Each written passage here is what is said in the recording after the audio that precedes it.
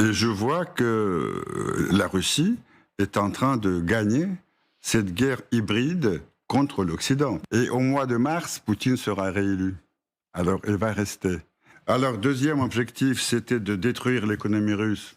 On n'a pas rêvé. L'année dernière, on a eu 300,5% de croissance, la plus forte en Europe.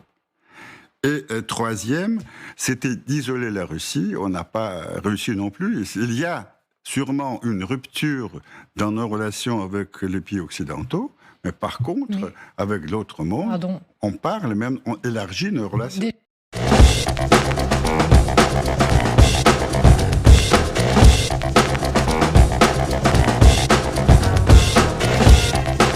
Les amis, et bienvenue sur votre plateforme Sénatek Letus a.k.a.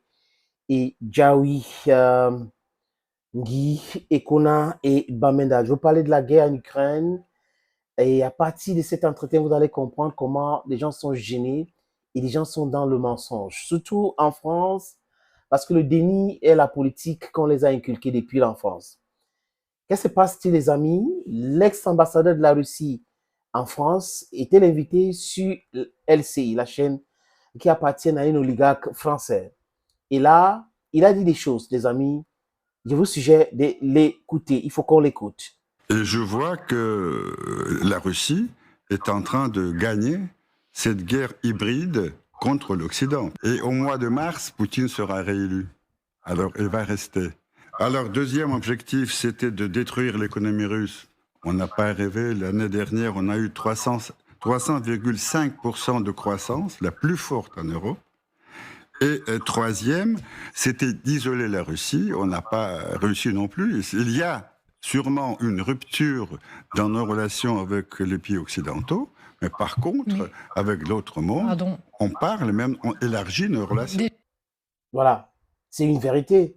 Plus de la moitié du monde aujourd'hui parle avec la Russie en termes de population. Regardez l'Inde, par exemple, 1,4 milliard de personnes. La Chine, 1,4 milliard de personnes. L'Afrique, 1,4 milliard de personnes. L'Amérique du Sud, 700 millions de personnes. Donc, le monde entier parle avec la Russie. Et l'Occident, qui dégringole en termes de démographie aujourd'hui, n'arrive pas à parler avec la Russie. C'est leur problème. Ils ont pensé mettre en difficulté la Russie avec les différentes sanctions aujourd'hui, les amis. Mais ça ne marche pas. Ça ne marche pas du tout parce que le monde entier ne les a pas suivis dans leur entreprise saoudite. Ils ont pensé à un moment donné que le monde devait être avec eux. Malheureusement pour eux, non. Le monde entier est avec la Russie parce que le monde entier a compris le lèse-bouffe, l'escroquerie politique de l'Occident. Et là, ce propos était très gênant parce que c'est l'extrait d'une émission et il y a eu des intervenants comme Général Trinquant et Benar Guetta. Benar Guetta qui accuse l'ambassadeur russe d'être payé pour dire ce qu'il est en train de dire, comme s'il pouvait contrecarrer avec les faits fiables, palpables. Mais que non, c'est juste des accusations. Lui qui est eurodéputé est payé par les contribuables pour venir mentir. Qu'est-ce qu'un eurodéputé, les amis? Qu'est-ce que font les eurodéputés à Strasbourg, qui est une ville que je maîtrise très bien parce que j'ai visité Strasbourg, et Kiel et les autres en Suisse. Donc, je connais bien cette ville et je connais bien comment ça fonctionne le Parlement européen. Ce sont les élites qui sont en train de s'organiser pour bouffer l'argent des gens et raconter du n'importe quoi. Donc, les officines de mensonges traitent les mensonges, on les paye bien sur les plateaux pour raconter du n'importe quoi. Les amis, je vous suggère donc d'écouter Benar Guetta qui essaie de donner son avis à cet extrait que vous avez écouté tout à l'heure. Je suis frappée par cette assurance tranquille, mais écoutez, il est quand même payé pour être sûr de lui. Oui, elle dit certaines, mais il dit certaines vérités. Non. La Russie est en train de gagner. Mais attendez, la Russie contrôle aujourd'hui 17,5% du territoire ukrainien. Elle n'avance pas d'1 mètre, pardon, je vais me corriger, elle avance de 2,50 m et elle recule. Ce n'est pas du tout une victoire, ce n'est pas du tout une défaite de l'Ukraine. Et puis, troisièmement, il nous dit, ah oui, c'est vrai, nos relations avec l'Europe occidentale sont dégradées, mais avec le reste du monde. Écoutez, je ne sais pas si elles se sont améliorées avec le reste du monde. La Russie a toujours eu depuis très longtemps, de bonnes relations, certainement avec la Chine, certainement avec beaucoup de pays d'Afrique, certainement avec plusieurs pays, peut-être même beaucoup d'Amérique latine. Est-ce qu'il y a un progrès de diplomatie russe, je ne sais pas. Quand vous écoutez Bernard Guetta, vous comprenez que la mythomanie anime son esprit. Qu'est-ce qu'il a dit de contraire de ce que l'ambassadeur a dit, les amis? La Russie n'a pas été isolée, c'est une vérité. Au début, les Européens voulaient isoler la Russie. Économiquement, est-ce que ça a marché? Non. Donc, Bernard Guetta est en train de défoncer une porte ouverte. Comment un monsieur normalement constitué peut dire non et il explique oui? Vous comprenez que ils sont dans le non-sens. Parce que tout ce qu'il dit corrobore avec ce que l'ambassadeur russe a dit.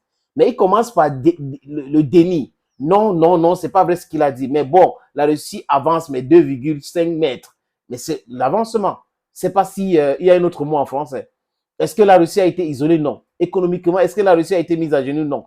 Est-ce que les Européens ont mis la pression sur les pays africains, les pays du monde, d'isoler la Russie? Oui. Est-ce que ça a marché? Non. Comment on appelle ça? L'échec.